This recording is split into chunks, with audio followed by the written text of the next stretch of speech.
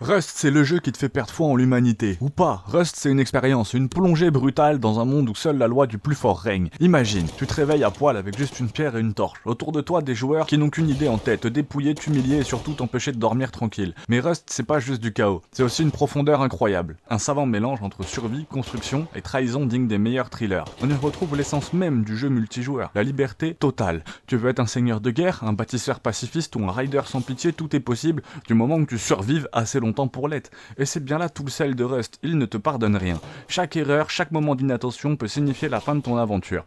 Les joueurs les plus expérimentés le savent, Rust c'est un test permanent de ton mental, de ta capacité à planifier, à faire confiance ou pas, et surtout à te venger. Allez voir la vidéo de combo dessus juste après la mienne, c'est une excellente vidéo. Un gameplay sauvage, mais addictif. Rust, c'est un bac à sable où tout est permis. Tu pars de rien et tu dois tout construire. Ta base, tes armes, tes alliances. Mais ici, tout est éphémère. Tu peux passer des jours à bâtir un bunker imprenable, jusqu'un groupe de joueurs organisés débarque avec des explosifs et te rase en quelques minutes. Le jeu repose sur un cycle très bien huilé. Farm, coupe du bois, mine, fabrique des outils. Build, sécurise sa base, se planque, pose des pièges. Raid, on attaque, vole, on détruit. Se faire raid, on pleure, on rage, on recommence. La frustration est immense, mais la satisfaction de réussir un coup d'éclat l'est encore plus. Prendre d'assaut une base surprotégée, retourner une trahison en ta faveur, récupérer un loot monstrueux après une embuscade.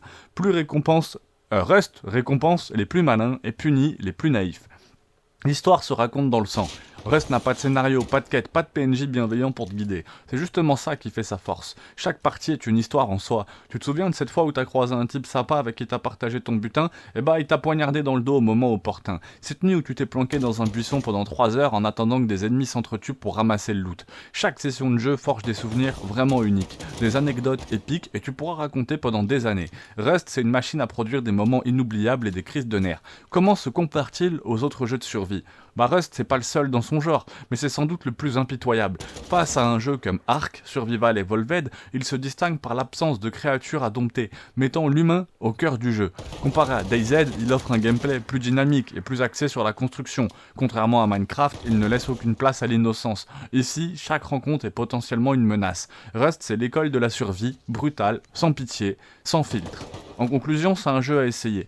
Mais pas si t'es une âme sensible. Si tu cherches un jeu où la survie est un défi constant, les interactions humaines oscillent entre génie stratégique et pur sadisme, Rust est fait pour toi. Mais sois prévenu, c'est un jeu qui teste tes nerfs, qui te pousse à bout, qui te montre le pire, et parfois le meilleur, de l'humanité.